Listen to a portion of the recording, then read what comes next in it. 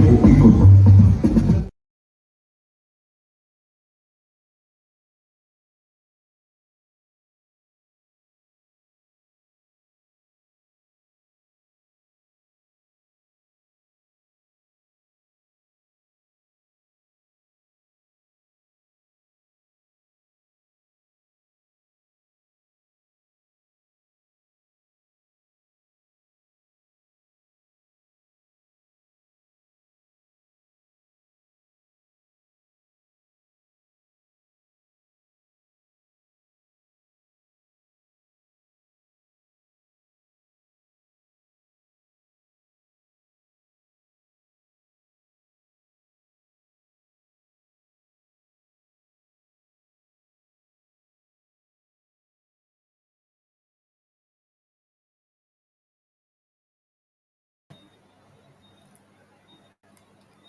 Good night and welcome to Alternate Views. I want to say how happy I am to be back after a 2 week break. We had some challenges over the last 2 weeks. We had some events popping up that uh, I had to give way to, but nevertheless, we are here and we are back for Alternate Views. Um, Yet another Thursday. I want to thank you all, uh, Patreon supporters, for tuning in. I missed you guys. We had some early patrons. Uh, Good night to you. Welcome to the show. Welcome to the show. Let me know if you can hear me well. Let me know if you can see me well. And let us get the show on the road. So, let me say good night to those persons. We had Junior Rock Saints today at 2:25 p.m. Saying good night, waiting for a show tonight. Keep the pressure on and don't give up. Thank you very much, Junior Rock. We appreciate that. Um, Welcome to the show. Um, Thank you, thank you. Don't forget to like the program. Don't forget to share the program. Um, because the more we have on here of you, the better. Let's have a very robust discussion. And as the topic was advertised, we'll be discussing the digitization economy. So let us get the link out as wide as possible, because this is going to be a very interesting discussion here this evening. So don't forget, share the link far and wide. I'm trying to share it as well. Um, so I want you to share it. Uh,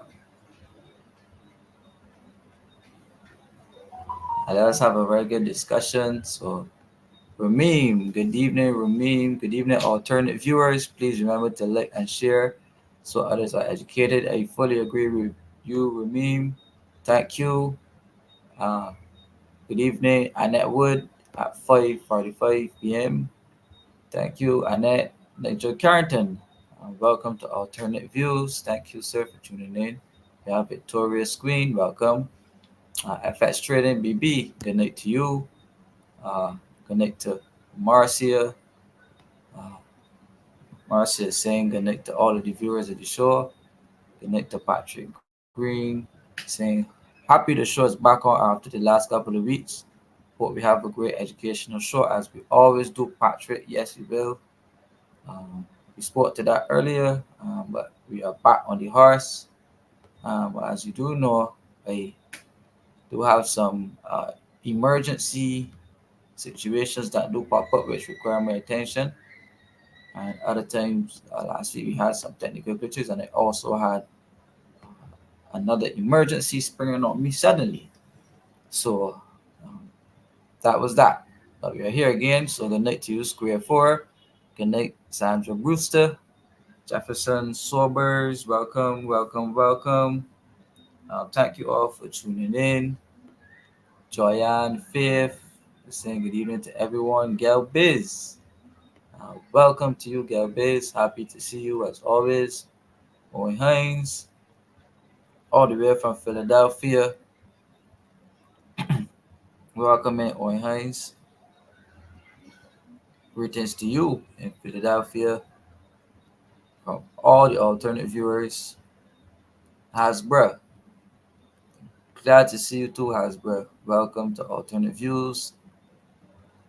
Sanchez, Keith Kinch, Wayne Dredd, Pauline Maynard, good evening to you.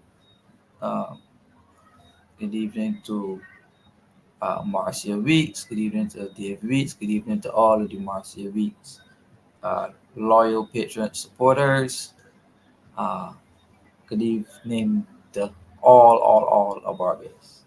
So, as was advertised this evening, we are discussing the digitization of the Barbados economy. Uh, my guy, hey, Sir Alfred Benjamin. Yes, so Sir Alfred is saying good night, Kemar, and viewers locked on from Brooklyn, New York. So you see, our audience is a global audience. We do global programs. Origin Barbados, obviously, and for those persons who are living abroad, who have investment in Barbados, who have family in Barbados, who lived in Barbados, who want to come back home to Barbados, usually stay uh, tuned into alternate views for the cutting edge on information and the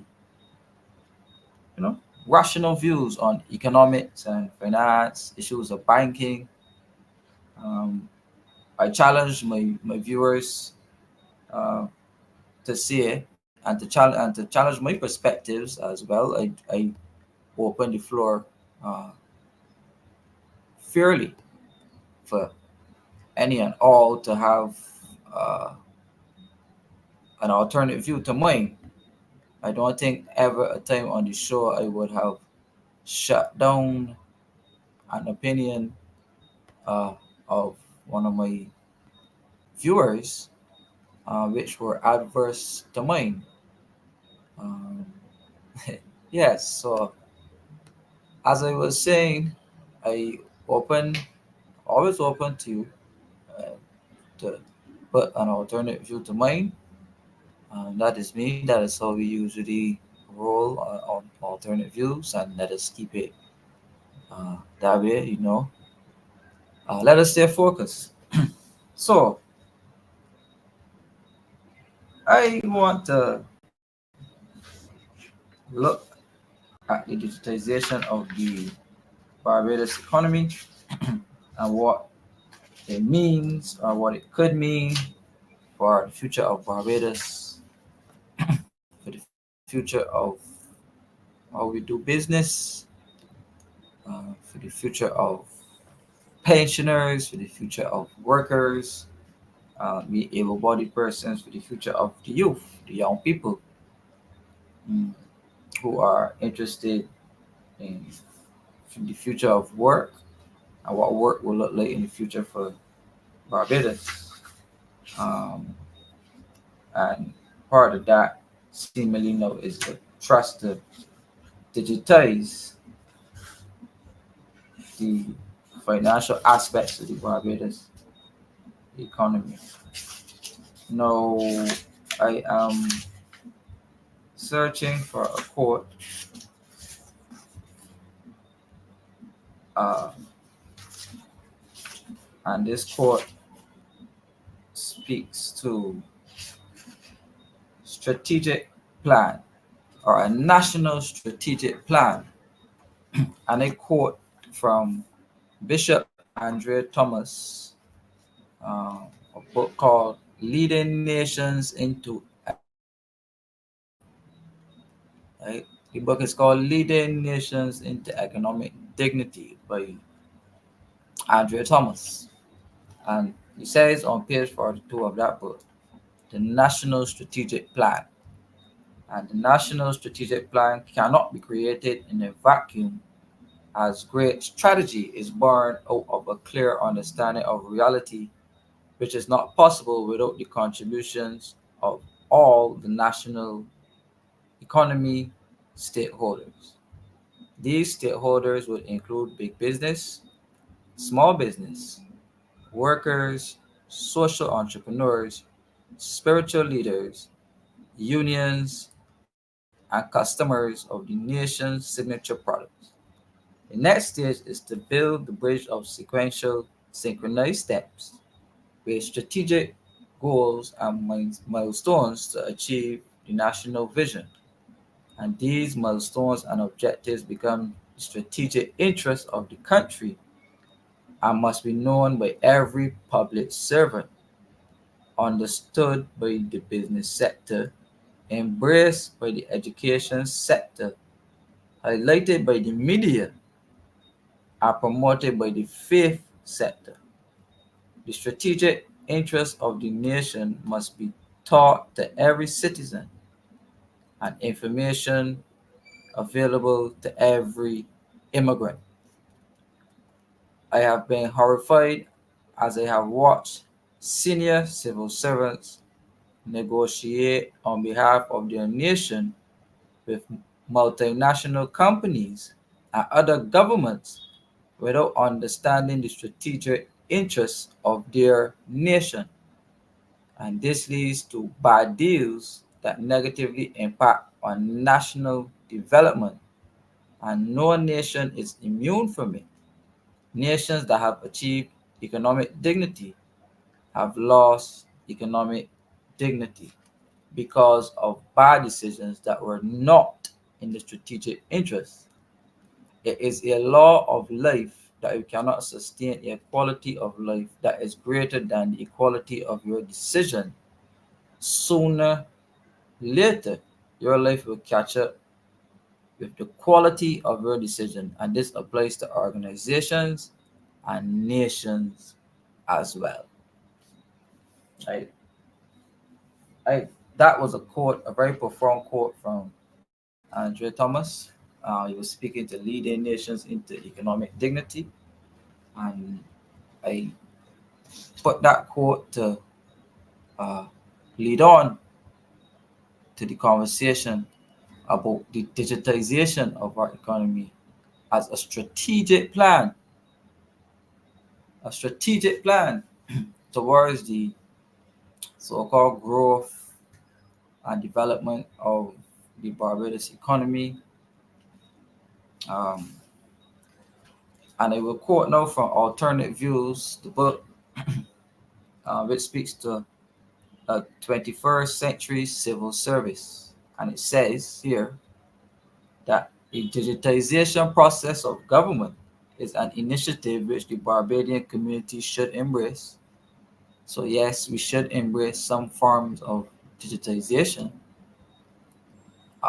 So, the renewal of online licenses, so you don't have to go and stand up at bar and long lines, and a lot of Barbadians and tourists and people who use those type of services can appreciate having those services available online.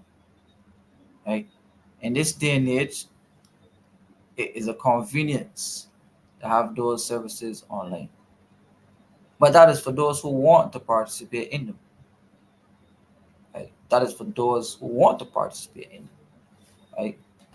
So I say yes that I appreciate digitization as it may provide savings from the duplication of processes within the civil service and government.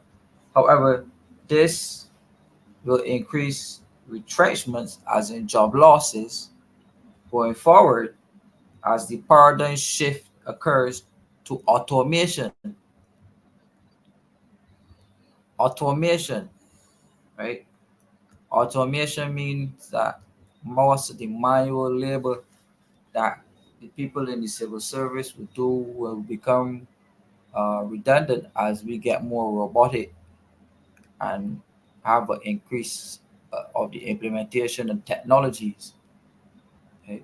So we saw a bit of that in the first IMF program where the stenographers were made redundant, and I think it was 1,500 people or so approximately uh, that were sent home because their jobs were no longer relevant. according to the IMF's estimation and according to the government's estimation.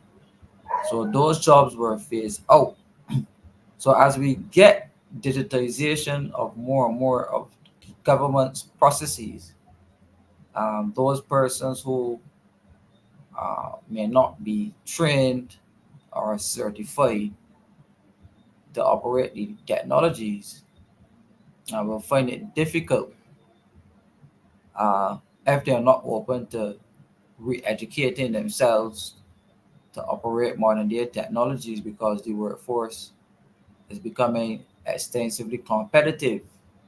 So competitive in the sense that more younger people are coming into the workforce with higher qualifications. Uh, you have as well people working longer given the fact that the NAS retirement age is about to go up. So people will be working longer, which means that the work pool will become much larger, right? And put pressure, the increase in the NAS age will put pressure on persons who will have to be kept in the workforce much longer. And therefore, the younger persons coming up, joining the workforce, there's not going to be enough space to hire them. Um, so there will be a bottleneck in between.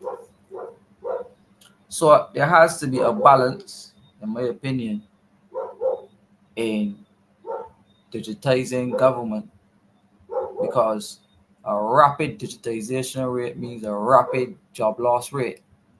And I am not supportive of rapid job loss in the public sector. However, as the times go on and as certain processes become old and outdated, and the fact that we are under an IMF program which mandate these things, there's going to be great job loss as the government becomes more and more digitized. So I went on to say here that with the onset of COVID-19, the trust of the digital transformation became eminent in the delivery of services online, and it was declared government policy that Barbados is intended to be a fully digital and cashless society under the Barbados Economic and Recovery Transformation Plan. That was fully declared by the head policymaker, which would be the Prime Minister. That was declared as government policy. So, as part of the plan, um, 2018, 2019, 2020, we experienced high levels of taxes. So you had the garbage and sewage tax. We had some increases in income taxes. Um, corporation. We had some changes to the corporation tax. We had taxes on tourism. So those taxes, which were approximately $300 million worth of taxes that were put on in the mini budget, government decided after that that they were not going to implement any more taxes. So we went through COVID without that many taxing increases. We had some level of subsidy in the economy, stimulus, I should say. Right? So what government decided to do is that they are going to reduce the size of government, cut expenditure. So you see, during COVID, you had the ASH program, then the program was cut, and you had a couple of other programs. Right? Those programs were cut. You had a couple of state-owned enterprises which were privatized. You had some which were shut down. Uh, so that expenditure cutting exercise, a government, parts of it were facilitated by the government's policy to digitize many of its services. So you should also recognize here that during COVID, the education budget heavily came into focus because we had online school, right? So this is a good point of reference for discussion note. During COVID, the education experience of Barbadian children, it was online or intended to be online. We had some tussling in terms of decision making if it was going to be a blended approach or if it was going to be a completely digital online approach. Um, we had some challenges in that. Some The government furnished some students with laptops and other devices that they could have used to get into online school. Um, Otherwise, children had to use the cell phones and the personal computers at home, and so you had what they call learning loss during COVID because the system or the education system of Barbados was not fully equipped in terms of offering digital education services, and therefore the impact of that will not be recognized now, but it will be recognized in some years to come, a e-learning loss because many children would miss important parts of the education service and schooling. Right? So take reference to the EduTech program where computers were put in schools and you were training uh, the, something on the basis of the EduTech program where if we had a functioning information technology program going in schools, when COVID hit, the transition from in-person classes to online classes would have been seamless if we had a functional edutech program, um, which would have been ensuring that every student, secondary or primary school, had access to a government device, computer, laptop, tablet to be able to have school delivered online during uh, a situation or emergency such as COVID. Right? So many of you on here would have experienced what life would have been like when the children were at home and they had to do online school. There were so many challenges associated with online school. And on top of that, like the power was misbehaving at the time. So you had a couple of blackouts in between. Right? So when the electricity goes off, then the digital economy shuts down. Right? So there's a challenge, right? There's a challenge with basing uh, economic growth or basing economic projections on the growth of the digitization of the government because circumstances always arise where like the electricity will go off. Right? I don't necessarily go down the lines of climate change, but if you go the lines of climate change, um, earthquakes and flooding uh, tend to impact on the delivery of electricity. Uh, Oil prices in the country impact delivery of electricity. So you're premising the growth of the economy on the premise of the delivery of energy, right? And if you go further than that, there's a push to bring renewable energy. But we're seeing the challenges as it relates to Barbados transitioning over to a renewable energy energy economy. But I don't want to go down that line conversational wise tonight, but that's a whole other conversation. We're focusing on digitization.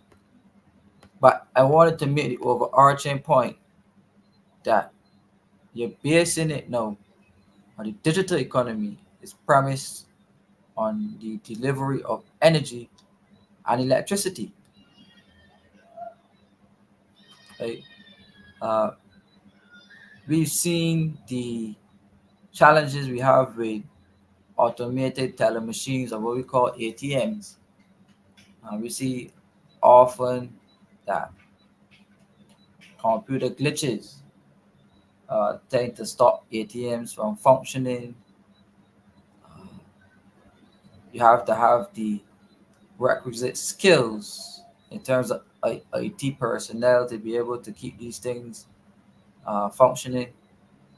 So if you go by the rhetoric that is there policy wise, um, it should say to you as a parent planning for your child's future that your child should be studying something to do with software, data, computers, information technology, because if the government is focusing on digitization, the future of work in Barbados, if they are successful with this, the future of work in Barbados will be in the digital space. Right? So that will see a phasing out of manual labor within the public sectors. So what can now or what was done physically will now be done digitally. Unless you have the training to be able to do that work digitally, you're going to struggle to find work and you're going to struggle to participate in the future world of the digital. So you should start preparing for that eventuality, uh, because uh, all of the globe is seeking to go digital.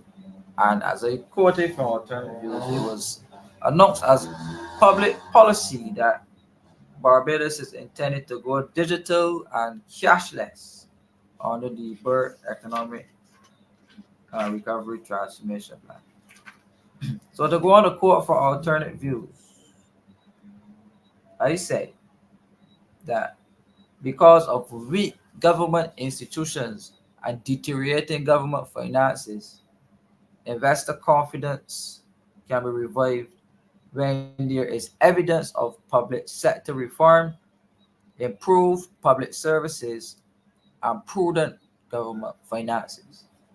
And a makeover of the government services and public services to raise the delivery of government services to standards comparable to the US, the UK, and further Europe to the achievement of both of these is key to the achievement of both of these objectives. And that was a quote by Dr. Delor Worrell. And it says that the civil service needs to be reformed internationally to be internationally competitive, where government departments headed by educated and highly skilled workers equipped to engage in procurement and the ability to bid on international contracts to provide goods and services to the Barbados to the globe. Sorry, it is frequently the case that the required permissions are so long in process by government agencies in Barbados that investors lose interest and funding sources may be lost, meaning investors may lose interest and go away. Market conditions may change, causing potential investors to move on. And in one case, we could reference the length of time it took to build the Hayat So the hire with a loss funding sources and hence not being able to proceed as it is.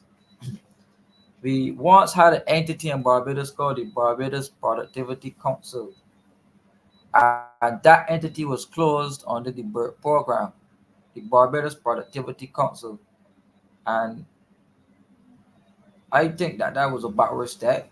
The Barbados Productivity Council would have been responsible for measuring standards within our processes of government. So you can remember they had something called the NICE, NISE, NICE. I don't know if you all can remember that. Uh, it was a standards institute, and it says here that the relaunching of a standards institute for the measurement of productivity in government, right? For the measurement of productivity in government must be established to gauge the effectiveness of the processes of government. And this council must be a local benchmark for standards within our own processes. Otherwise, our measurements will be done from external indicators, i.e., IMF indicators, international indicators, from which Barbados will fall short constantly unless deep conscious reform is implemented in the service. This is easily more said than done, as this massive but necessary disruption will cause significant loss of political support when embarking on this mission due to the major displacement of the traditional government job. Right? So as we started, we finished. The traditional government job is under significant threat via the deepening of the digitization of the Barbados economy. And anybody else who suggests otherwise, they will have to come and prove otherwise. So to cure that massive disruption will be the offering of training programs.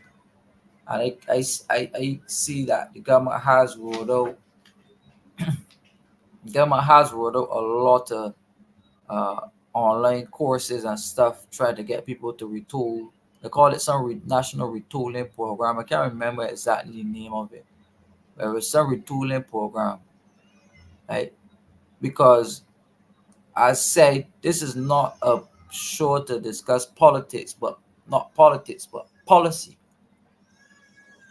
So in the execution of government's policy, the reasoning for rolling out all of these training programs is because the future of work or the training programs will be the basis for the future of work in the government.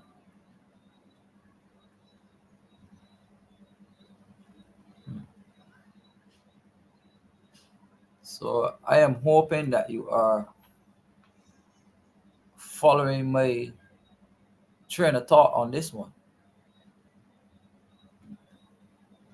But let me stop and say good night to some people. So good night to the staff of the Caribbean Progress Studies Institute. Good night. They're always locked on to alternate views. So thank you, Square 4, for acknowledging them. Good night to the Caribbean Progress Studies Institute. And good night to Judith Ann Clark. Thank you for tuning in. Mervyn Marius, Travis Stewart, Clayton Vaughn, Mr. Angel, Tony Paris. Good night to you. Yesterday, our National Initiative for Service Excellence. So, are there any plans in place in the event that there's no electricity? But that is the important observation, Marcia. We see the behavior of uh, light and power. Often we are in the dark. Often the light goes off. Often the light bill is high. Right? So when you digitize the economy, light bills are going to go up. So that's probably why, behind the scenes, that there's a tussle for like the power to have uh these increases or these changes, sorry, in the way they operate, because to be honest, there's great scope for like the power to make billions and billions of dollars of profit with the push to digitize, because we have to use their platforms. uh and example, the more you digitize, the more you spend on the computer, the more time you spend on the computer, and the more time you spend on the computer, the more electricity you use. Okay? So the more electricity you use, the more electricity you have to pay like that power. So the push to digitize will lead to a massive increase in energy costs, electricity costs. So that could possibly be an explanation, not saying that it is, but that could be an explanation for the reason that government and like power is in a tussle, because the power sees the scope for digitization as an avenue to make billions unregulated, billions. So unless government finds a way to get renewable energy going, to get energy costs down, the push to go digital will skyrocket electricity costs for the average man who has to use increased electricity to participate in the new digital economy. Right? So let's just think about it. When we had money, physical cash, you could participate in the economy. You don't have to have electricity to participate. You just have to have money. But to participate in the digital economy, you have to have electricity. You got a phone, and you have to charge that phone. You're on a computer. You're using electricity. Even if you use a laptop, you still got to charge that laptop, right? So you then introduce another component into the lives of people, which essentially becomes another tax on the people, a tax for energy costs.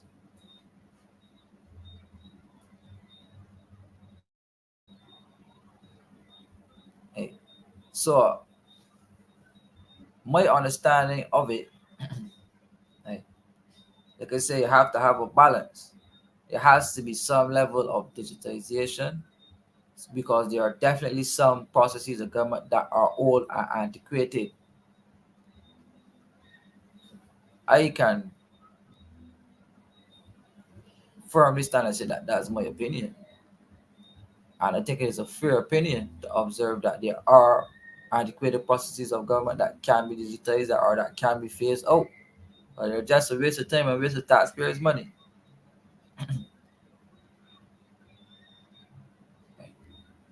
So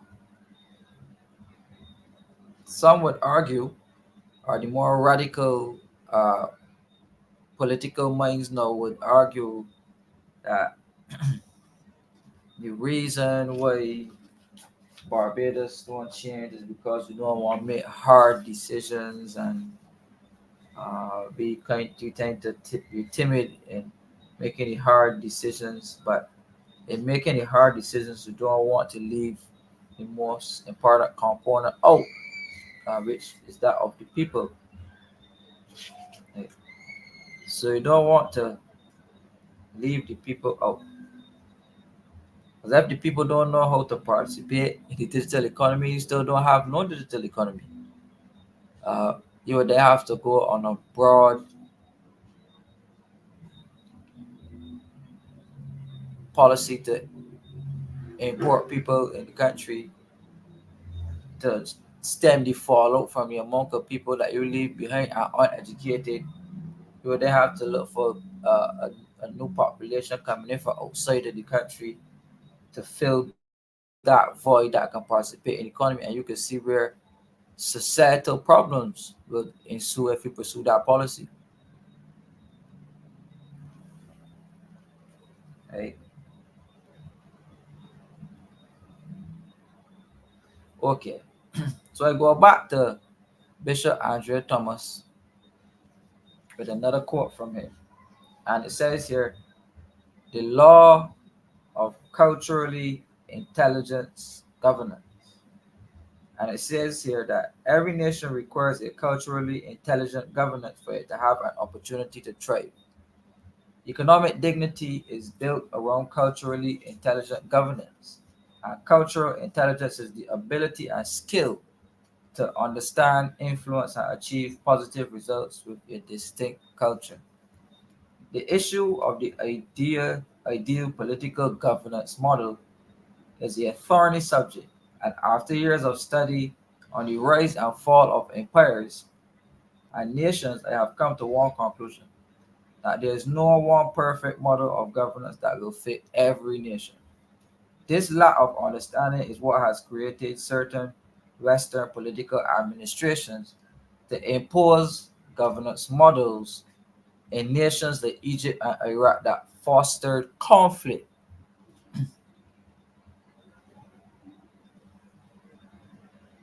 It says here that the government of Sierra Leone is the governing authority of Sierra Leone as established by its constitution.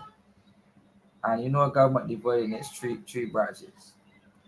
Sierra Leone, a country that takes on a presidential representative democratic republic, whereby the president of Sierra Leone is both the head of state and the head of government of a multi-party system.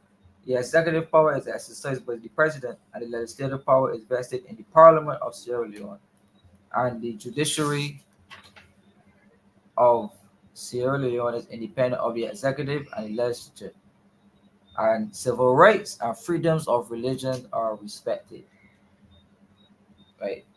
So it then goes on to say a lot more about Sierra Leone. We don't want to get in there. So the point made here is that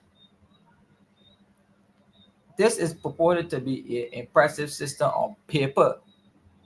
However, in practice, it struggles to truly represent the people due to the high levels of illiteracy, ignorance of issues, and chronic poverty.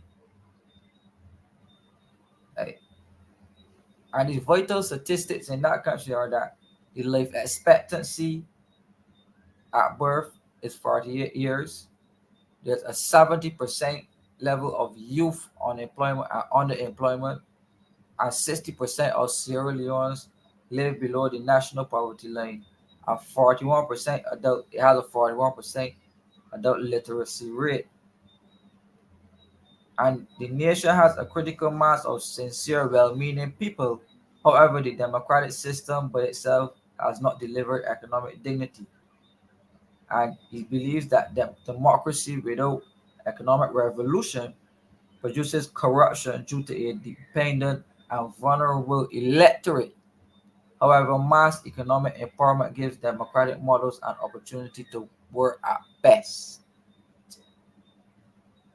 So I hope that observation uh, opens some eyes because it sounds a lot like Barbados. Right? The statistics that I quoted, that is Sierra Leone. I don't have statistics to quote for Barbados. Right? But let's look at youth unemployment in Barbados. If we take one from that, look at the estimation of it. Let's look at how many people in Barbados live below the poverty line. We speak about the literacy rate in Barbados, but how high is the digital literacy rate in Barbados? Right? How high is the digital literacy rate in Barbados? So, by extension, the push to implement the digital economy is indeed a discriminatory act in the sense that it would discriminate against persons who are not digitally savvy. It would also discriminate against those persons who cannot afford electronic devices. That is indeed, unless the government intends to form a policy where they give the entire population of Barbados cell phones and laptops and free internet.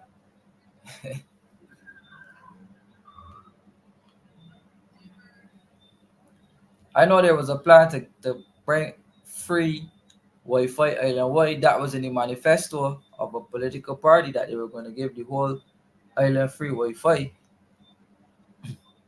But I'm saying that if you want full participation in the digital economy, it can't just be free Wi-Fi.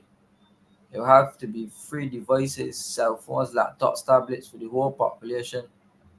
If you want if you want guarantee full participation, that is the extent you would have to go to.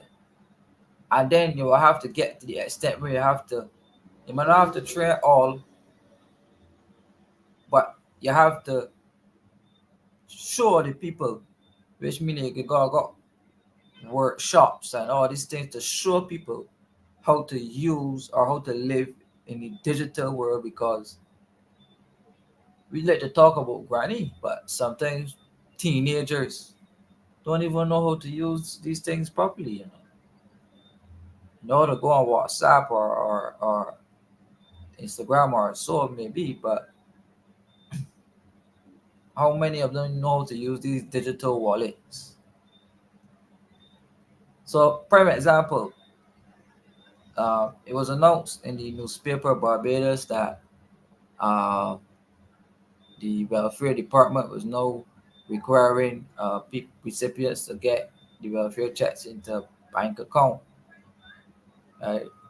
Um, Many of you on here who may have children know or even business people. You live, y'all are here are young too, you live. The difficulty is to get a bank account in Barbados. If you are here, the chances are you are unemployed. If you are on welfare, there's a high chance that you are unemployed. So how are you going to get a job letter to get a bank account open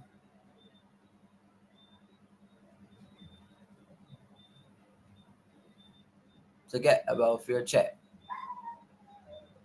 Unless the government is in itself now sponsoring letters to the recipients of welfare checks to go to the banks, and those letters will say that the government gives full authority and can verify that John Doe or Jane Doe is a recipient of welfare and they want an account open to receive these checks.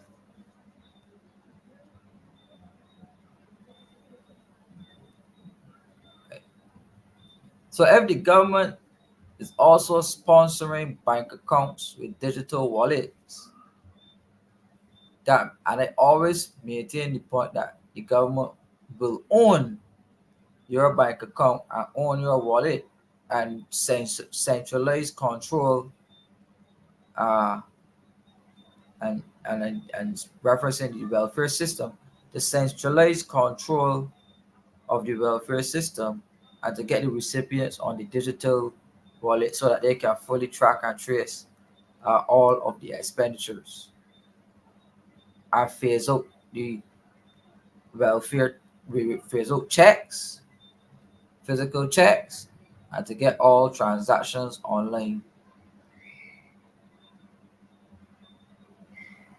So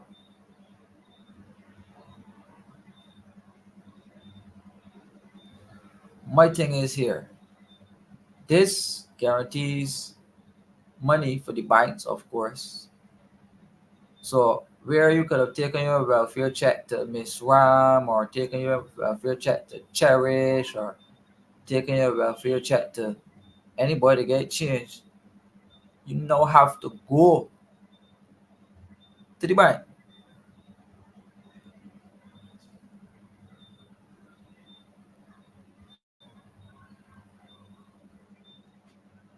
That right there are what you call one of the pitfalls of digitization. That right there is one of the pitfalls of digitization.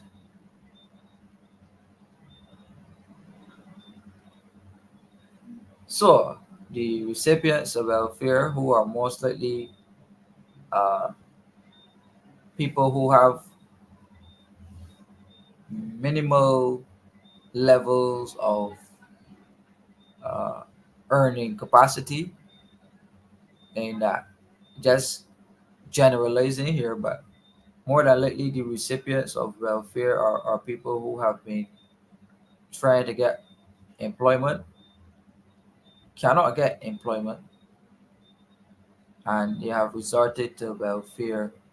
Uh, and there could be some shortcomings in that their educational uh, qualifications or whatever may not be high enough or whatever that they could get jobs, or they may have run into pitfalls. They might have been working, run into pitfalls, can't find back work. Um, a lot of different reasons why people would get welfare. Right? So welfare is a government expenditure, and governments push to digitize its transactions and digitize its processes.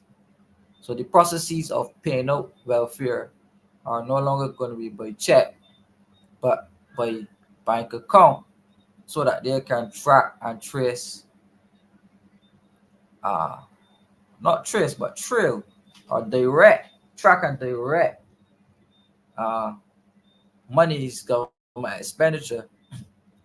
But what it does is it puts the banks now as the mediator between the people and the economy. So when the government pay the money directly by check to the people, you no longer have that benefit. So the government removed the recipient of the welfare check. The government removed the recipient of the welfare check from the process and replaced you with the bank.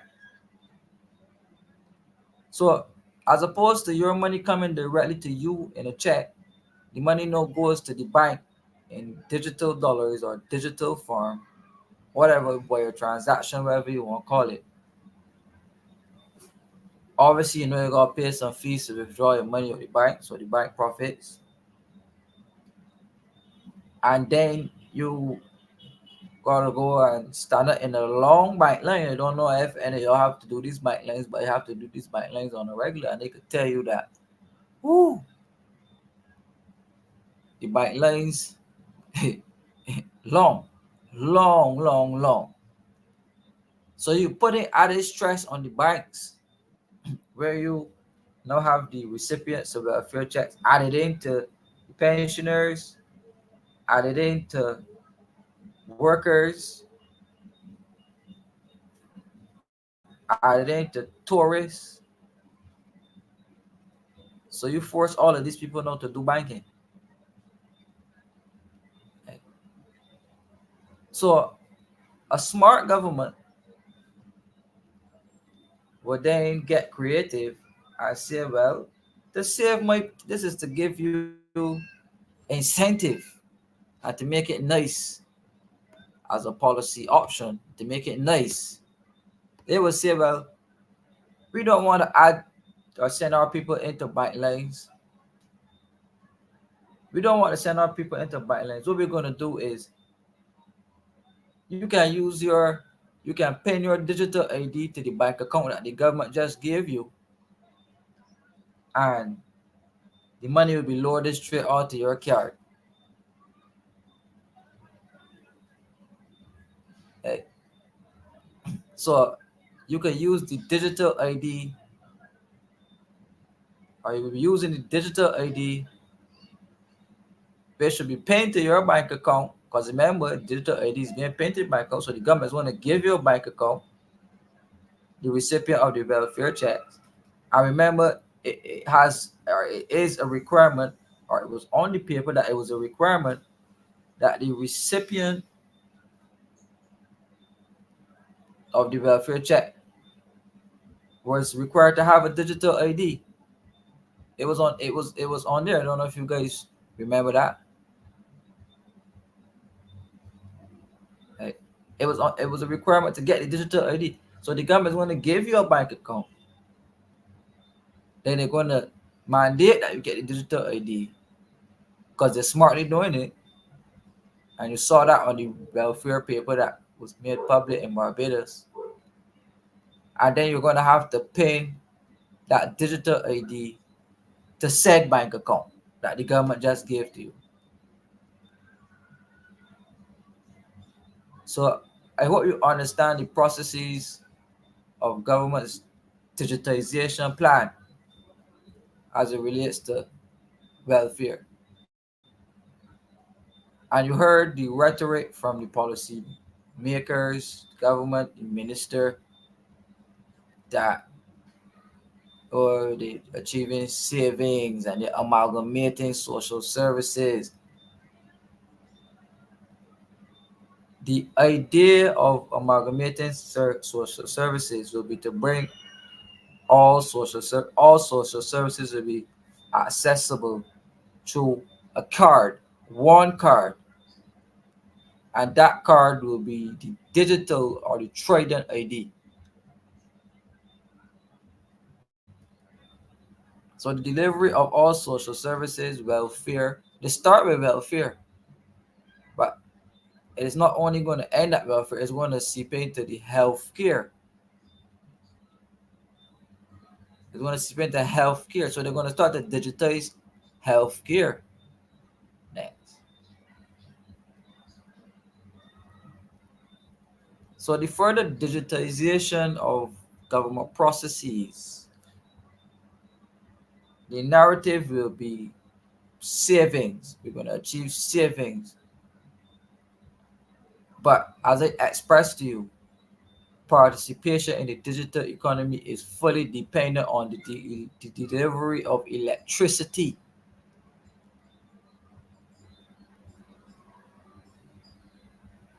Like, so we know right now, do you, in your estimation, alternative viewers,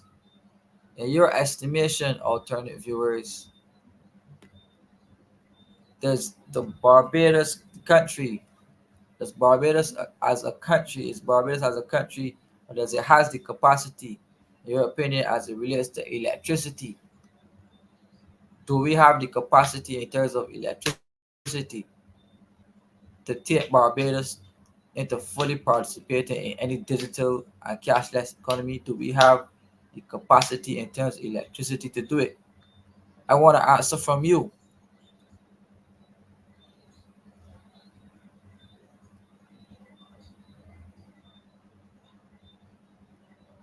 I I need an answer from you, alternative viewers. Do we have the capacity? Do we have the capacity?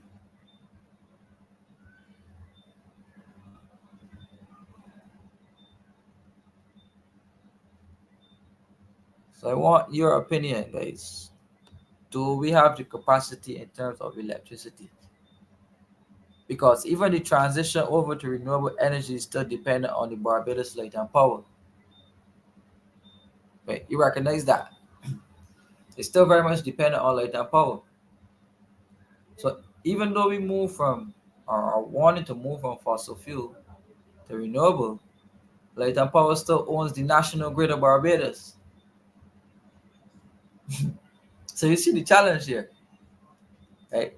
So to digitize, again, sorry, I have to be repetitive on this point. To digitize, we have to have the electric capacity to digitize, right? But Digitizing will bring an extra tax and an increased cost on the users and the participants of the digital economy in that of energy costs.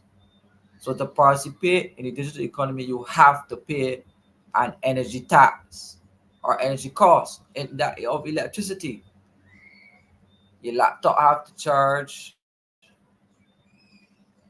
the computer have to plug into the wall, the cell phone have to charge. Like, when you go to swipe your card at the ATM, the electricity got to be on. Otherwise, you're not getting no, you're not getting any money. You're not getting any service. If you walk into a government department right now and the electricity is off, you can't get no service. But every electricity is off, money can still spend. Physical cash can still spend, but every electricity off, digital money can't spend. So you see the challenge here that we are facing. Right? So if we fully go cashless, according to the quote and alternate views which was made by the government of Barbados, and I'm going to repeat it for you again. It was declared government policy that Barbados is intended to be a fully digital and cashless society under the BERT plan. So, given all of the facts that were put on the table, do you think that is a wise decision to go fully digital and fully cashless? Do you think Barbadians are at a stage mentally, physically, fiscally educated to the levels necessary to manage and run a fully digital society?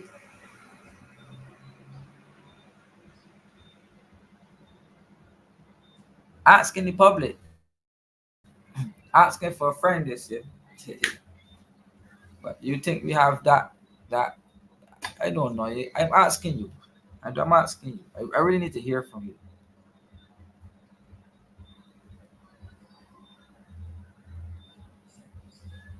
Asking you.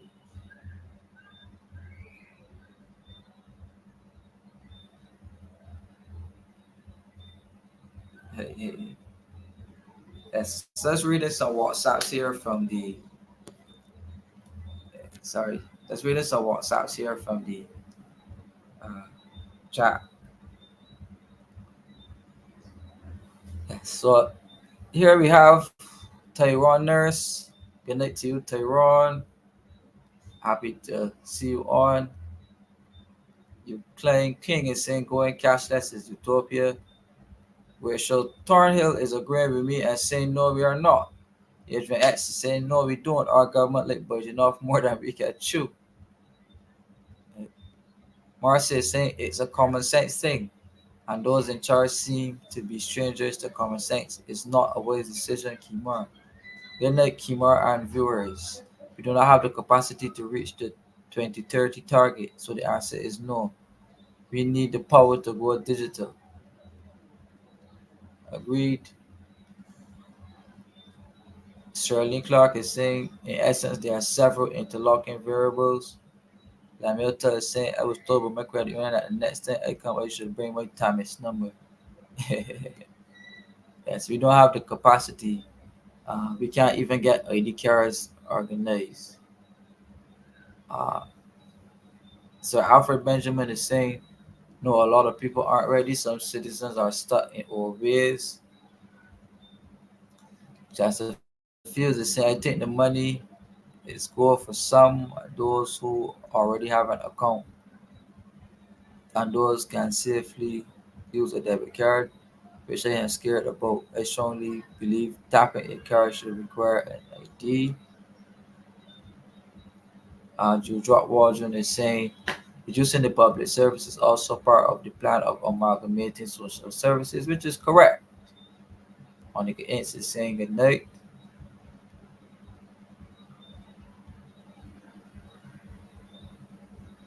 Marvin Mars is saying Chinese dependables have the debit cards when they receive money from the Chinese government. This use of card is monetary. Sounds like the same system. Whoa, that is a very interesting observation. So Marvin Mars here is saying that the same card that I spoke about that will more than likely be distributed to the recipients of welfare. There's a commonality to what happens in China, and that those dependables who depend on the Chinese, they have debit cards when they receive money from the Chinese government, and the use of this card is monitored, and it sounds like the same system is being adopted in Barbados. Hmm. Shocking commonality, Mervin. That is a very interesting observation, Mervin Marius. So, what do you guys think about Mervin Marius's comment here? Because this was a very interesting uh, observation by him.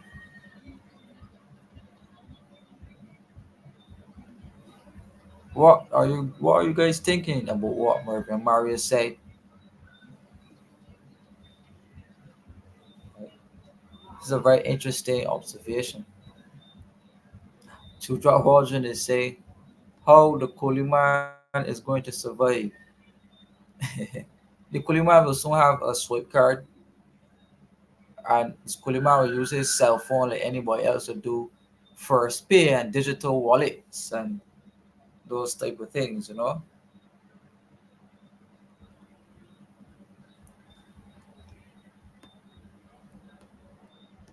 So Alfred Benjamin is saying going cashless is a risk because we are not cashless, but when the system is down, it's down. And I agree with you. When the system is down right now, it's down, and we're not cashless as yet. Somebody is saying, or ADG is saying, I think it is dangerous to go fully digital. What will happen in disaster? Hmm. Therefore, it's saying, and the banks in the USA are not paying back. Some people, they tell people it's their fault. A lot of fraud and scamming with these cards. Joseph Kodaga saying a very strong and good observation. Uh, so Alfred Benjamin is asking, are the Chinese paid in US or Barbados dollars? Hold on.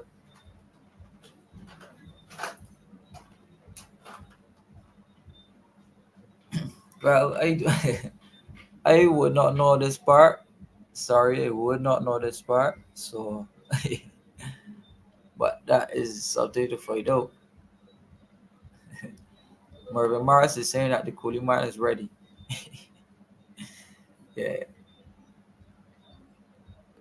Morris is saying I totally agree with him. Whenever you view overseas news, it's always mentioned. So it seems to me that it's a worldwide thing.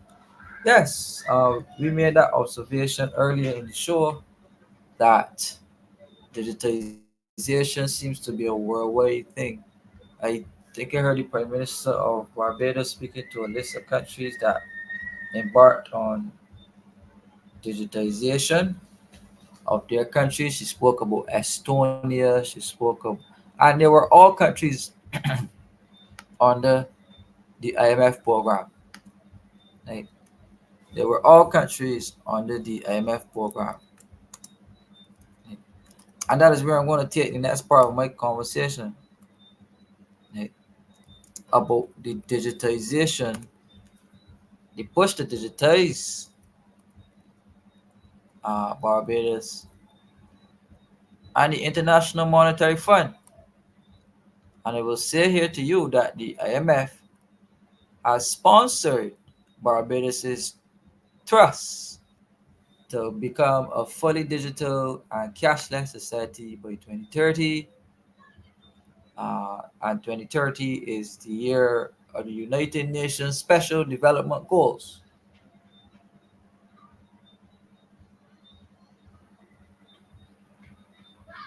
Okay. So I am trying to get my information up on the screen so that you can see what the IMF is saying. about Barbados and digitization. Yes. So Calvin McKenzie is saying great discussion as usual, very insightful. Good night, Calvin. Happy to see you in comments. Guys, don't forget to like the program, share the program. I got so caught up in discussion that I um, I'm forgetting to circulate. I'm forgetting to circulate uh, clip wider.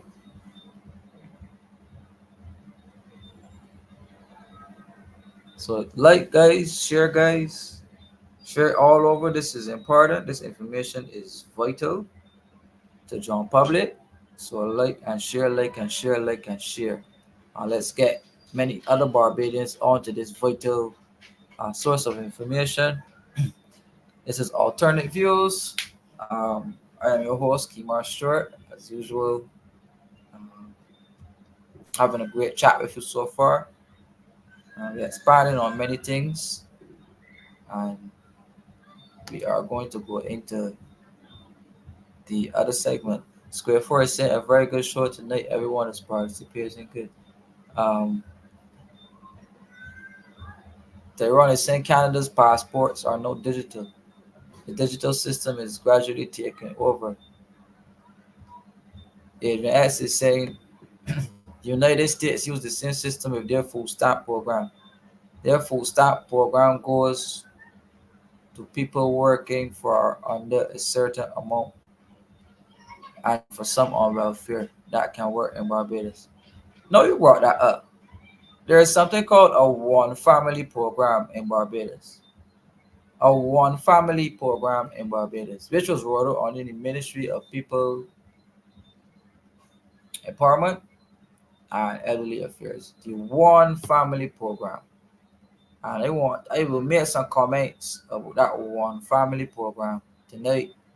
However, I just give me 1 second before I get there. But I well, I'm almost not finding what I'm looking for. Um, Getting some other stuff. But yes, but the One Family program is a very interesting program. Um, I will explain to you some about that there in a bit. But I want what the International Monetary Fund is saying about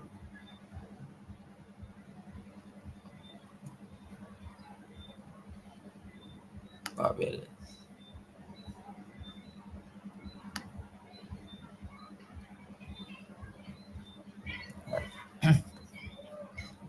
Right.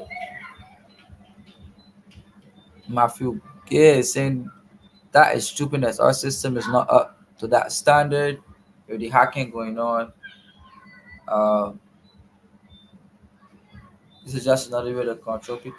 That's another very interesting observation too, because we saw all of the government institutions getting hacked. eh, All of the government institutions getting hacked. NAS got hacked. The police got hacked. Everywhere just got getting hacked. And we all know that most of these technology systems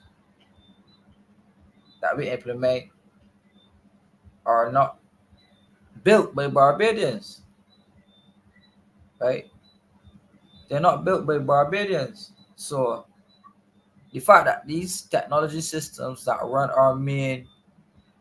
uh, our main government institutions are not built by Barbadians, then there's always non-nationals with a way into our vital institutions because they're the ones who are building them.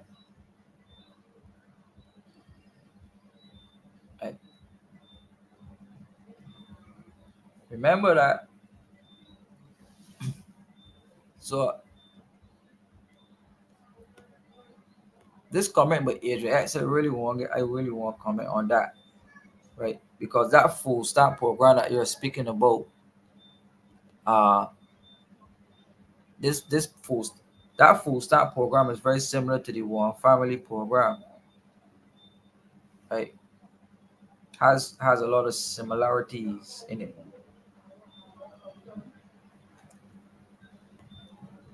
Marvin Mars is saying Jujot Roger raised a pertinent issue. What about the hackers? If this is not done properly, Barbados banking system could be compromised. Most of these systems here have been hacked. The banks are constantly hacked. Right? All voters list was put online for all our country to get access to it. So therefore, so therefore, Barbadians' identities could be stolen rather easily because you got the whole voters list and addresses. Right? In other countries of the world, Jamaica, United States, scamming is a big thing. Identity theft, credit card theft, forgery. Right? These are popular crimes, and Barbados, in wanting to participate in a digital world,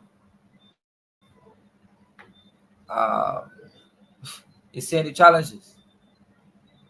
We don't have the capacity to withstand ransomware attacks and all of these many uh, means and ways that hackers use to rob some of the biggest banks in the world, to rob big institutions that are larger than Barbados, so budgets larger than Barbados. So explain to me how Barbados will protect itself. The scenario like if, for example, the USA or even China decides to invade Barbados,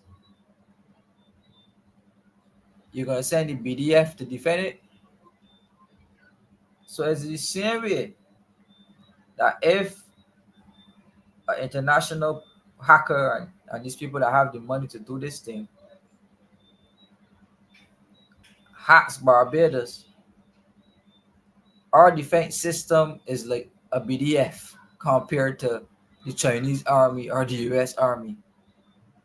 That is how Barbados is positioned in the digital world and in the world in general as a small country. Right? And the government does not even own the electricity grid. So you gotta keep constantly mentioning that so that you understand. So that you understand.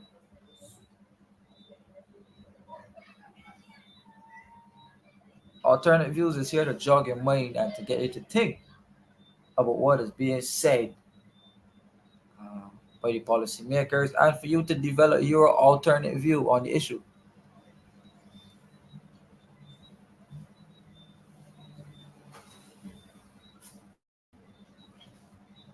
Patrick Green is saying 1 second.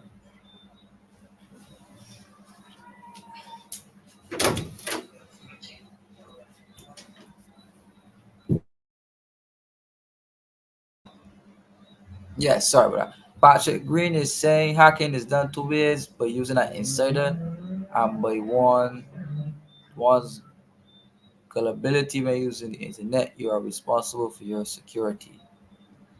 Yes, well, many Barbadians are gullible when it comes to internet use.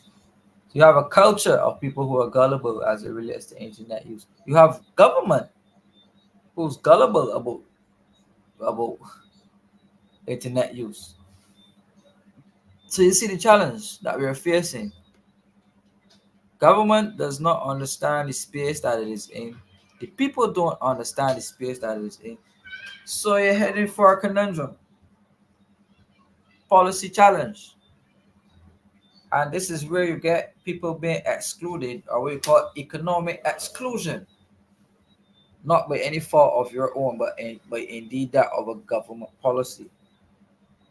So, hoping the people are grasping uh, the facts. Right?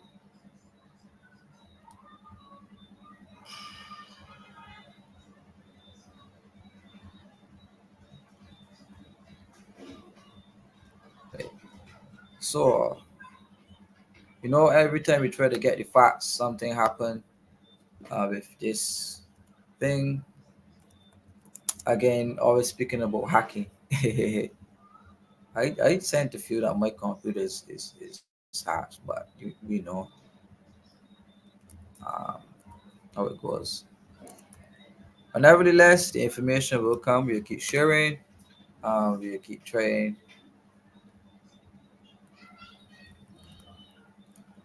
So, I'm tired.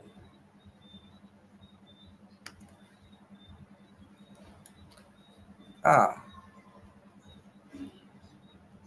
let us look at a brief paper by economist Victor Moore, who is a professor at the University of the West Indies, KFL campus.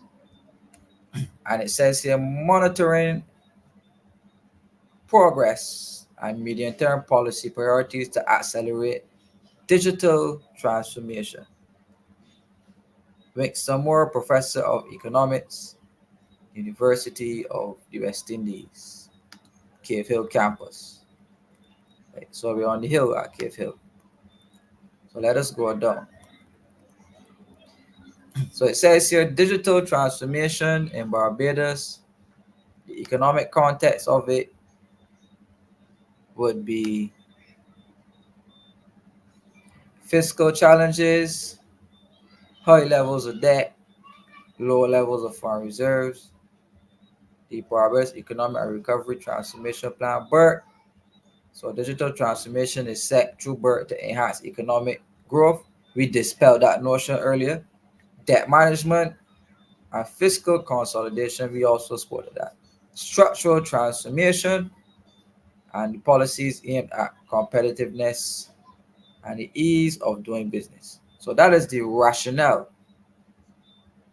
or the reasonings given for this digital transformation in Barbados, right? That is the reasonings given for this digital transformation in Barbados, right? So remember, we started out speaking about the public sector. We're keeping in that vein, and it says that digital transformation in Barbados public sector modernization program. It speaks to the high transactional costs for citizens and businesses to access public services, the limited use of digital data for timely decision making, and inefficiencies in the civil service, and a US $40 million project aimed at improving the effectiveness of public services. Now, remember the quote that I took from Alternate Views. Remember the quote that I took from Alternate Views, which says that a makeover. This is on page 144 for who have a copy of Alternate Views.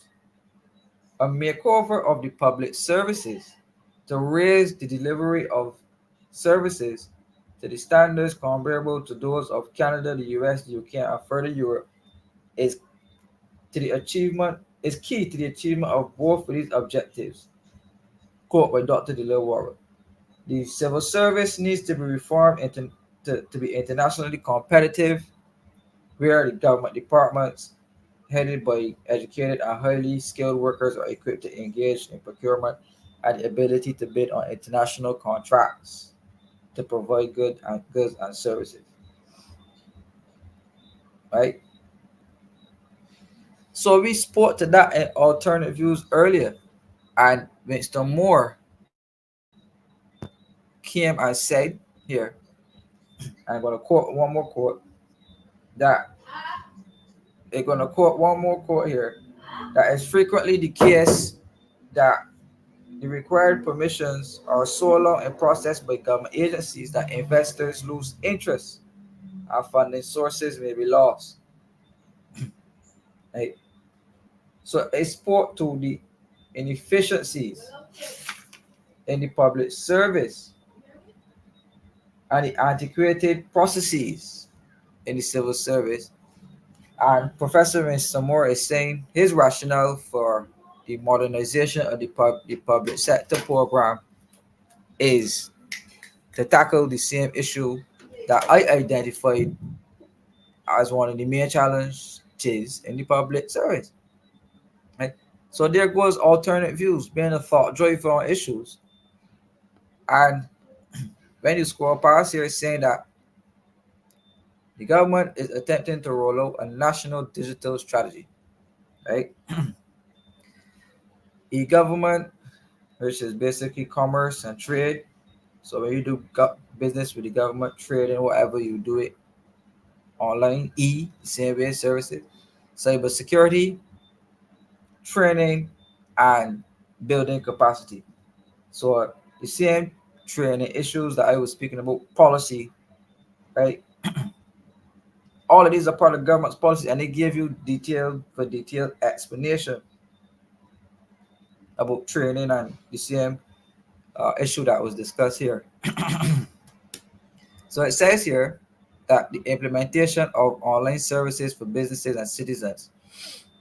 One stop shop for online services, process re-engineering, same thing I was speaking about, common services for digital transaction, communications, and digital education, and the core digital infrastructure for online service provision, upgrading government central data center.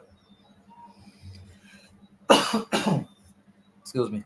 Right. Upgrading government central data center. You see that? Hardware and service kiosks in government offices. See that right here? Right. Bringing it up for you here. Right there.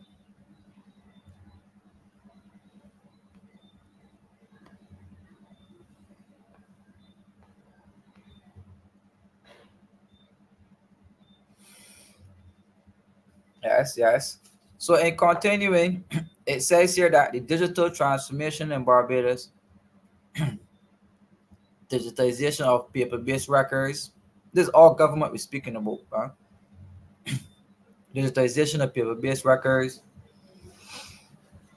digital dashboard for monitoring investment projects. I certainly never saw that one.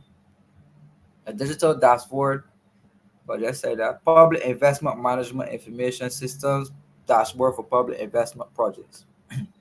Open data initiative. You never saw those. Workforce planning, skills for performing a public service.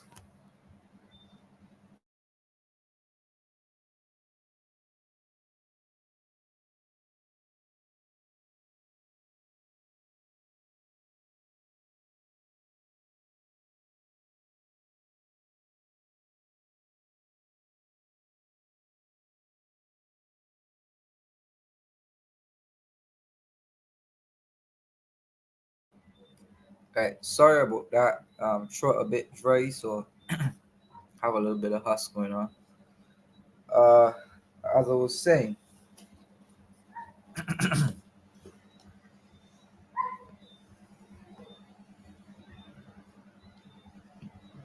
the outcome of digital transformation of government facility to pay for various government services online.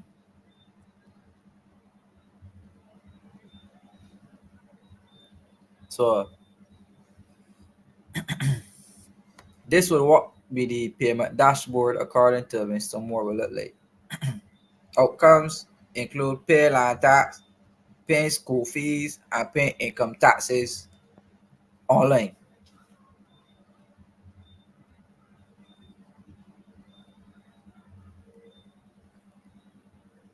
Hey, look at it, it's right there. Line taxes, school fees, income tax. There's it right here, look.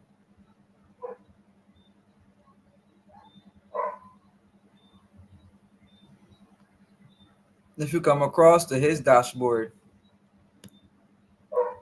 this is all of the government services that they would wish to be online. land tax, professional license, official gazette, telecoms license, police certificate of character, NAS contributions, KIPOR, government electrical, international business, civil aviation, renewal of driver's license, TAMIS, Supreme Court, e-filings, Office of Insolvency, school payments, medicinal cannabis, medical practitioners, nurses, Barbados Fire Service, inmates funds. Inmates funds, that's the prison. So you may got to call up Caswell. You may got to call up Caswell when they try to bring the digital money and the digital wallet to the prison. Because you can see clearly here, inmates, the only place that holds inmates is a jail. A hospital has patients, not inmates. So I hope you're following. I hope you digest that slide.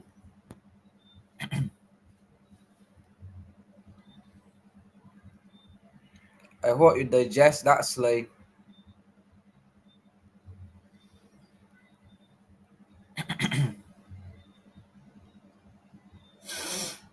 I'm going to keep it there for you to see it again.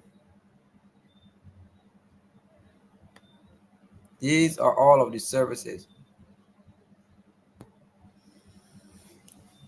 If you want to write them down, you can do so. If you want to take a screenshot, picture, whatever. So,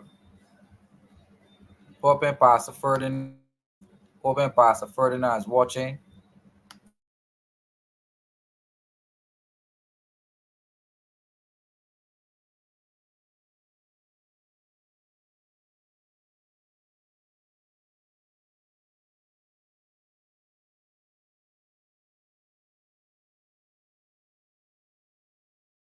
Okay, I'm leaving it there so you can see. And in the meantime, let me take a drink and moist his throat.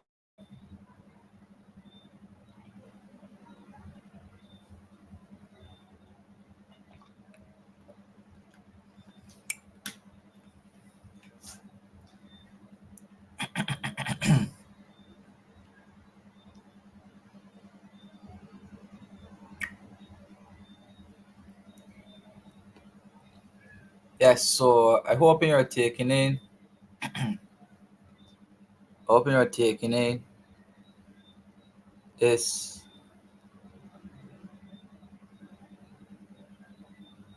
Hope you're taking this in. Just got a good look at it. I left it there so that you can simmer on it a bit. But we have to move on for time's sake.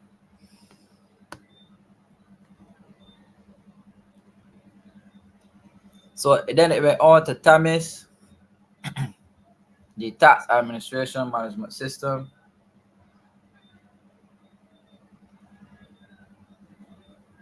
Like TAMIS, paying taxes online. We all know how that goes. Corporate affairs, so the facilitating the ease of starting a business in Barbados and an online search database of business names.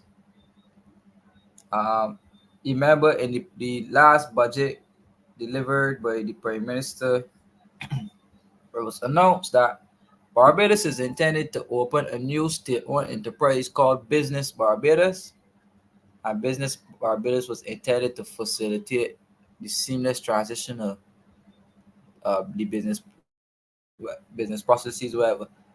This is that right here. So you're gonna have a merger of all of the uh, operations in this particular ministry, which deals with KIPO and corporate affairs and intellectual properties. I think that's business development. I think you're gonna get a serious merger of couple of the entities under that ministry coming under one umbrella, and you're going to see the closure of one or two state-owned enterprises to bring all of them under one merger. Business Barbados. It was announced by the Prime Minister in the last budget. Yes, so one of the outcomes of government's digitization strategy is, as you can see here, national ID card, which is more secure and durable, tamper resistant with a range of visible and invisible security features. And it is saying here that a digital ID is an electronic representation of your ID. I will allow you to prove who you are without being physically present. You heard that? Let me zoom in on that so you can see that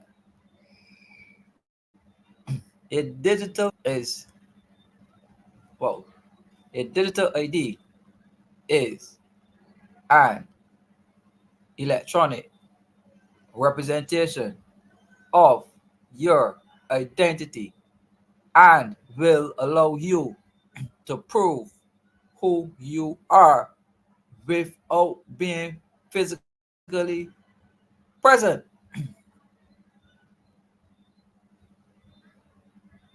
You see it right there, right? Once you see it right there.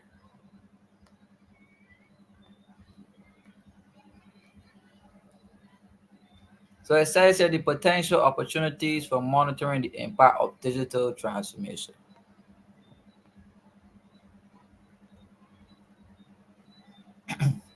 So it shows you a web of the Barbados Statistical Service and all of the ministries and departments that would feed information into the Barbados Statistical Service.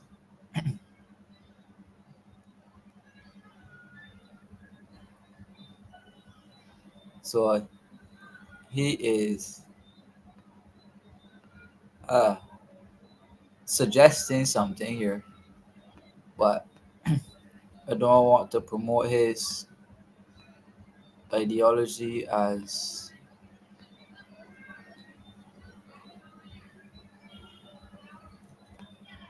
yes. So I think I could give that a break now. But yes, so I hope you see how important the digital ID will be to this digital transformation of government, and how, according to the problems that I expound upon in alternate views, Professor Mr. Moore was able to provide recommendations to them using government's digital strategy. There's a difference now if we agree with his suggestions or we agree with the government's suggestion, not with his per se, but with the government's trajectory.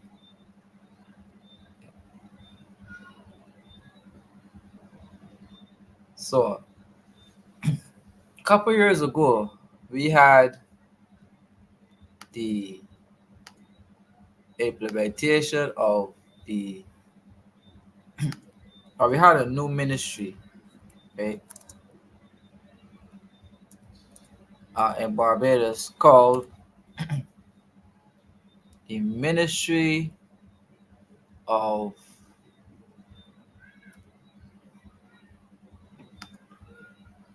Industry.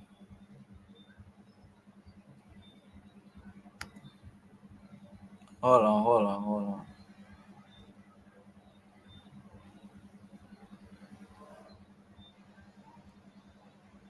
Ah, right. Let me share this.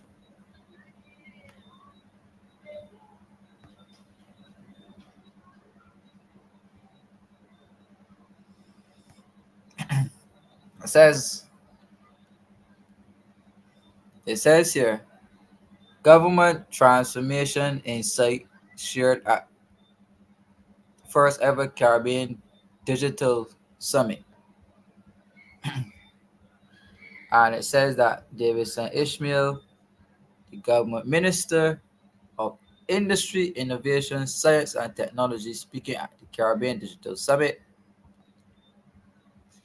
And he's saying here that the summit brought together senior public servants from more than 10 countries to share insights on the challenges of achieving digital transformation in public services and on government operations and on the region's success stories organized by the Global Government Forum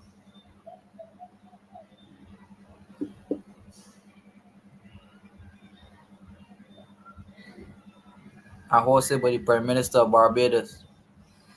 And the summit took place on the 16th and the 17th of October in Bridgetown. I was co-located with the Caribbean Telecommunications Union Regional ICTV.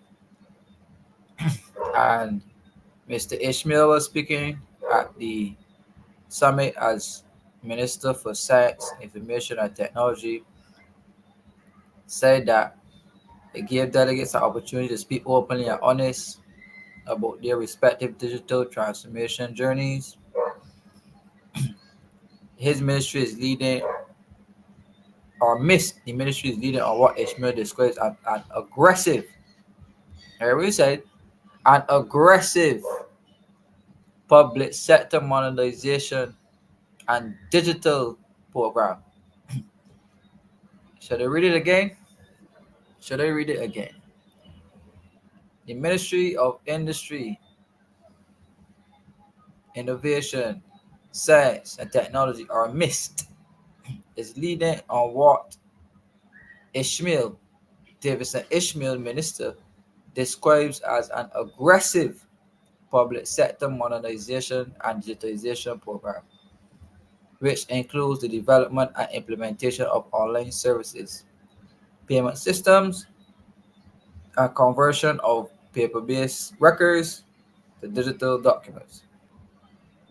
Ishmael warned that Barbados faces an increasingly competitive global environment, which places heavy demands on the state to encourage and promote through digital transformation the introduction of new or improved products and services for its resident population. He highlighted the digital ID as the essential building block.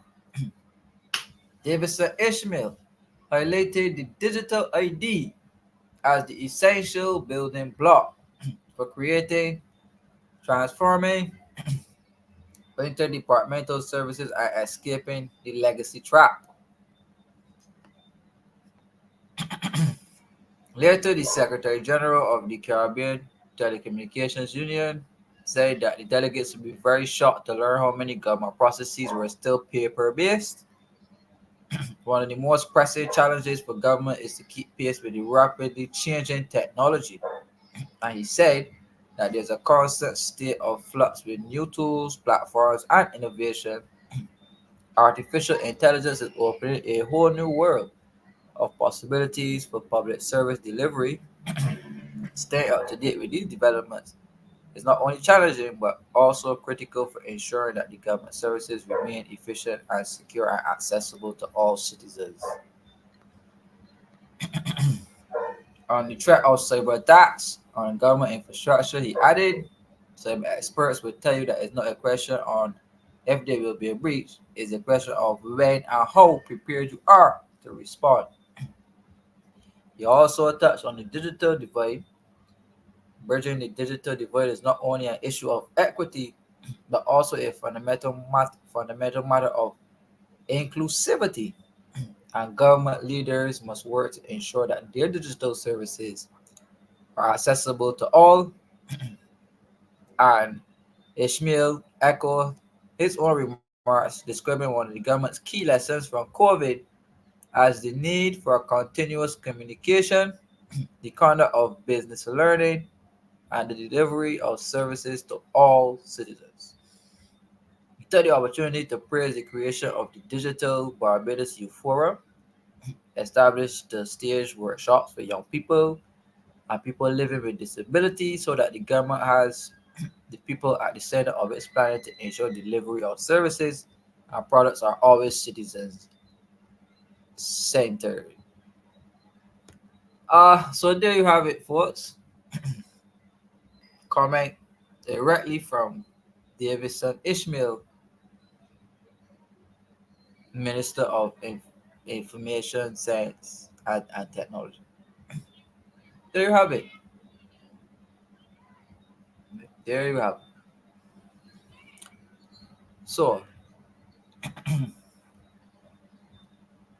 let me take some comments.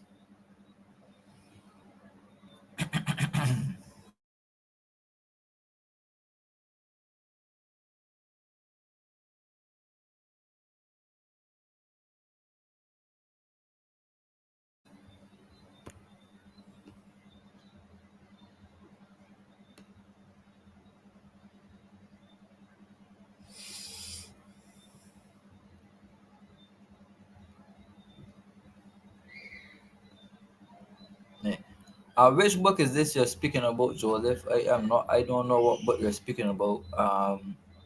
You have to tell me what what you're speaking about.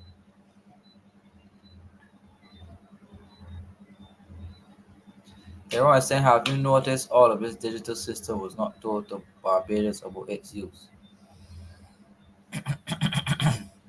Nobody did not know that the UN was holding forum in Barbados either.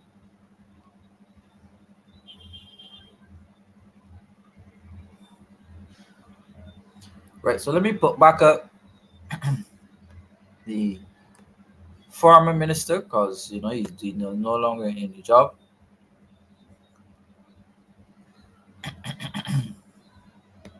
Right.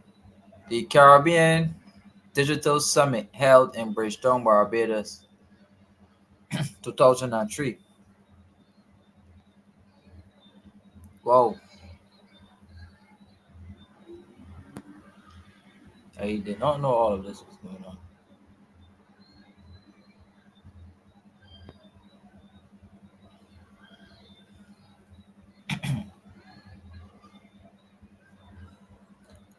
Pedro, no, Kemar did not go to the UNCTAD conference. Kemar never attended any UNCTAD conference. Um,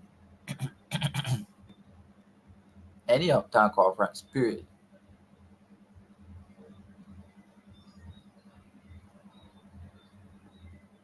Yeah.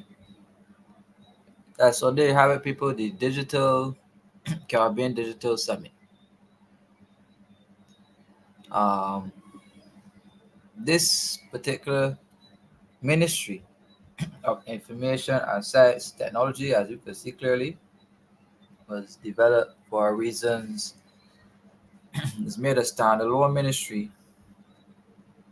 because there's a lot of work to be done to digitize Barbados. And the IMF and the government already agreed lockstep to digitize the country.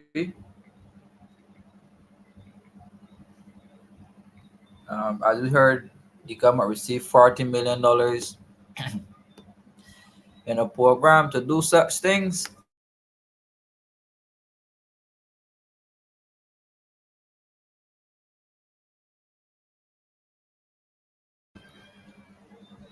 And I would have to,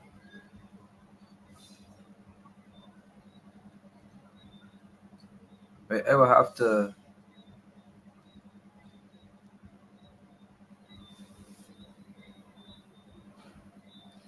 well,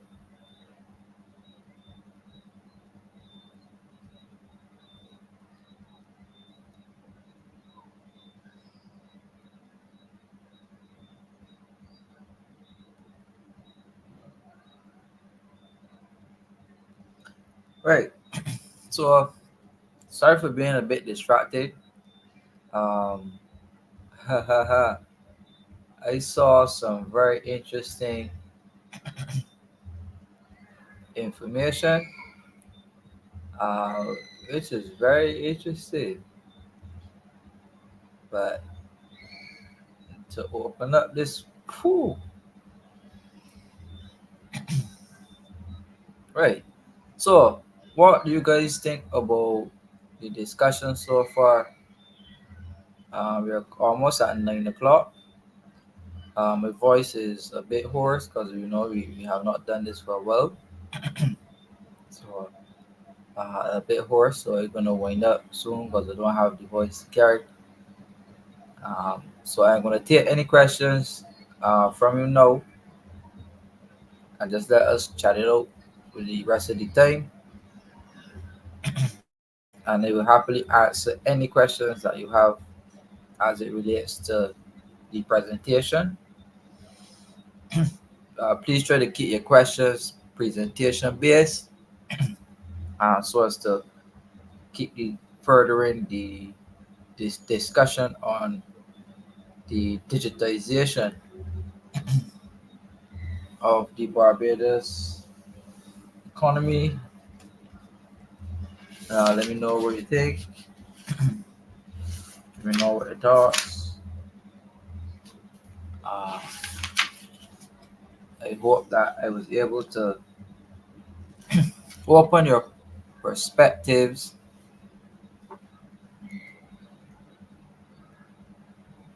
Yeah. Well, good night to you, Carson, Cadogan. Um,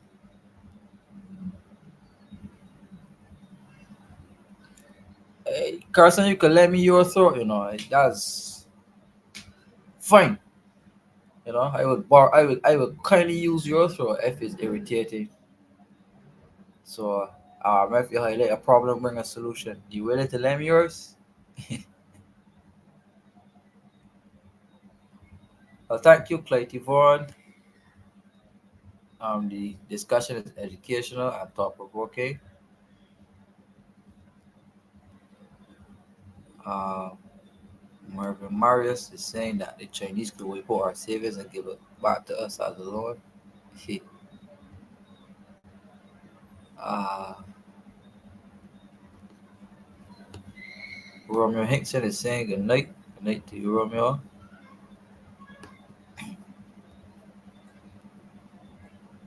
AI and robotics are now at the level of doing almost any job that humans do. Will digitization not be overtaken by AI and robots? Well, that's another interesting observation because uh, I know in Dubai and certain parts, even policing is done by robots, right? So all of the lawyering and accounting, like Chat GTP and these type of disruptive technologies are going to change the world. Like uh, if you follow the Bible speaks about the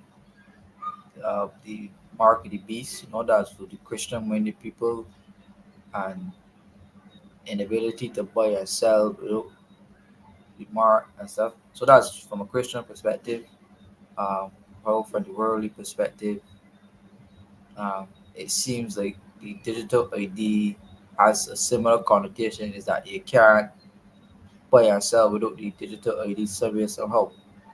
So if you start with welfare, like what Barbados is doing, starting by trying to put the people on welfare and digitize that process, get them a bank account, get them digital ID, force them to pin that account to the ID. Then you reach over to health. Uh, you start with the medication, right? So to get medication, you gotta be digital. So eventually, the persons who want to get on board will be left out.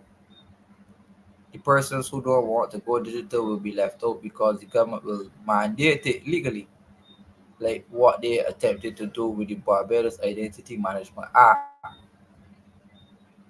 which would have forced all Barbadians to have the digital or the trader ID,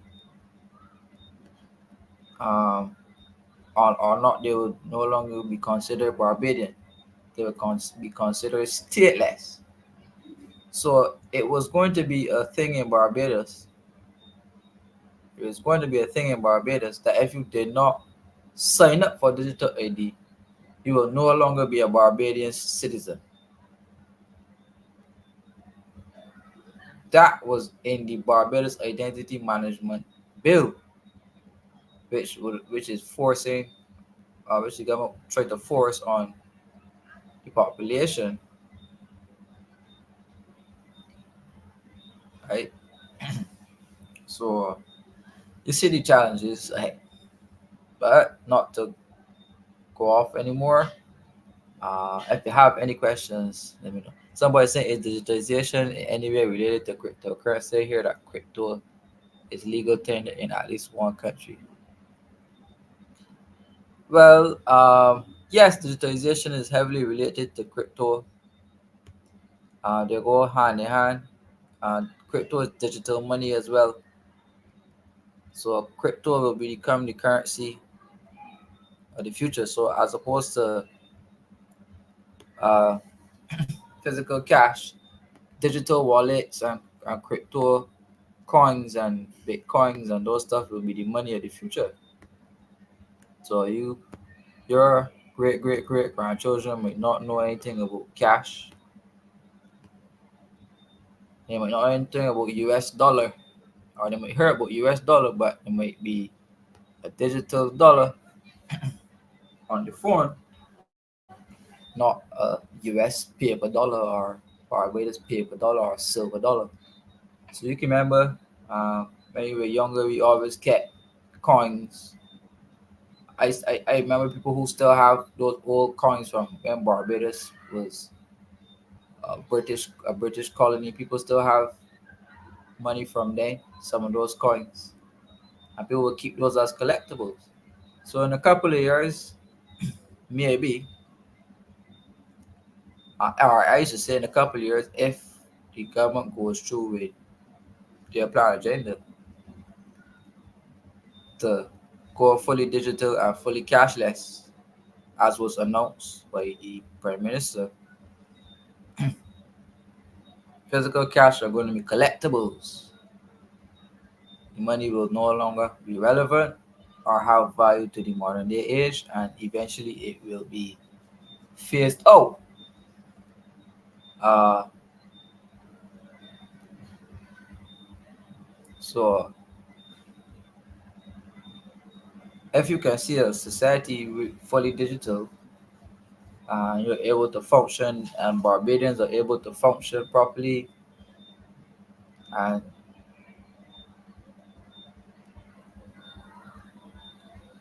you're able to operate and live your best life in a fully cashless society. Well, uh, I'd like to know how. I know I would like ideas. I would like to hear what will be the state of existence for majority of Barbadians uh, under a fully digital and cashless society, and are you ready for such? Uh, are you ready for such to happen in Barbados? Are you ready for such to happen where you're living in whichever country you are from, wherever you are in the world? Are you ready for a fully digital and cashless society?